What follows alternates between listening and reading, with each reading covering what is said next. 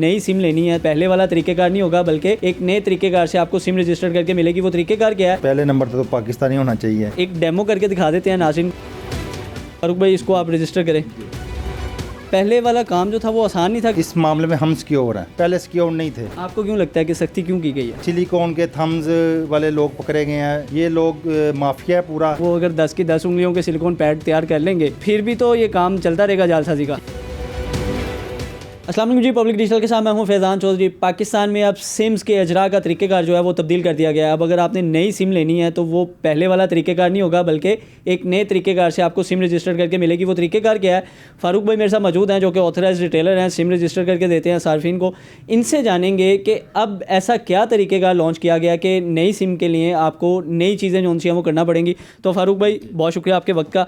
मैं ये जानना चाहूँगा कि अब अगर एक आम आदमी आपसे सिम लेने आता है तो उसको क्या क्या तरीक़ेकार से गुजरना पड़ता है, मतलब नया प्रोसेस क्या है?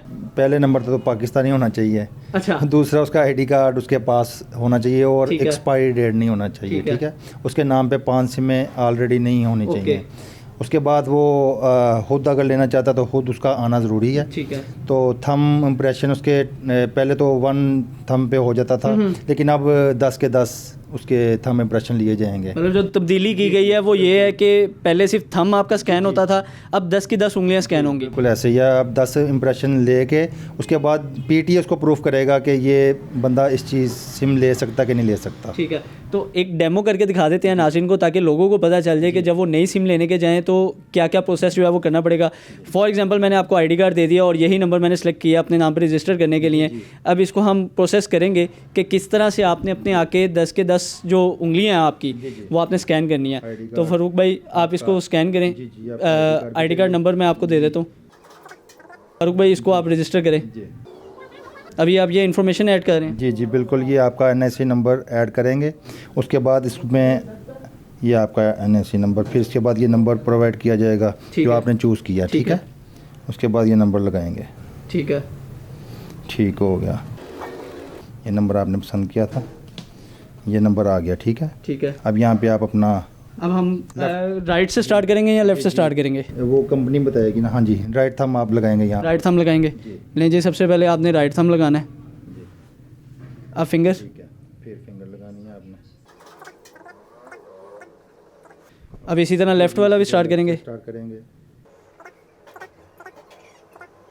अच्छा, अब वो सर्चिंग पे जाएगा, ये फिर सर्चिंग मोड पे इसको हम इसको जी जी बिल्कुल ठीक है। वो आपके नाम पे ये सिम ये रजिस्टर्ड हो गई है। आपके नाम पे रजिस्टर्ड। अब मैं इसको ले जाके मोबाइल में डाल के ये एक्टिव होगी। तभी मोबाइल में इसको एंटर करें और वो कॉल्स आपका, मतलब मुझे अब कहीं कॉल करने की या किसी फ्रेंचाइज पे जाने की ज़रूरत नहीं है। दरअसल पहले 789 पे एक्टिव किया जाता था। अब डायरेक्ट उन्होंने इस चीज़ के ऊपर आपको नाम पे कर दिए। बाकायदा आपको इस चीज़ का इन्फॉर्मेशन मैसेज भी आएगा आपके नंबर के ऊपर कि आपके नाम पे ये नंबर एक्टिवेट किया गया है। अच्छा फारूक भाई, मैं ये जानना चाहूँगा, पहले वाला काम जो था वो आसान नहीं था कि जैसे आप थंब स्कैन करते थे और सिम दे के आप भेज देते थे सारिफ को, उसमें टाइम की भी बचत थी और इजीली जो कस्टमर है वो भी सेटिस्फाई होकर चला जाता था। तो ये काम ज़्यादा मुश्किल नहीं हो गया कि 10 की 10 उंगलियाँ आपने स्कैन करनी है? जी, इस दुकानदार ना सिक्योर है इस मामले में। अच्छा। क्योंकि जो लेके जाने वाला भी इंसान जो हम उसको पहचानते नहीं है। दरअसल नादरा तो उसको पहचानता है कि नादरा का आईडी कार्ड पे उसके नाम पे चीज़ हो गई है, और लेकिन जो आम शख्स आके चीज़ एक लेके जा रहा है, चिप है, सिम है, मोबाइल में उसने इस्तेमाल करनी है, किस मकसद के लिए इस्तेमाल करनी है वो तो वो बेहतर जानता है। ठीक है। हम इस मामले में हम सिक्योर हैं, पहले सिक्योर नहीं थे। आपको क्यों लगता है कि सख्ती क्यों की गई है? सख्ती इसीलिए की गई है कि मीडिया पे रोज़ देखने को मिल रहा था कि सिलिकॉन के थम्स वाले लोग पकड़े गए हैं। अच्छा। ये लोग माफिया है पूरा। दरअसल पकड़े जाते हैं, छूटने में हैं, या तो सख्त सज़ा दी जाए, छूट के दोबारा अगर वो ये काम नहीं करेंगे कि इसकी क्या गारंटी होती है।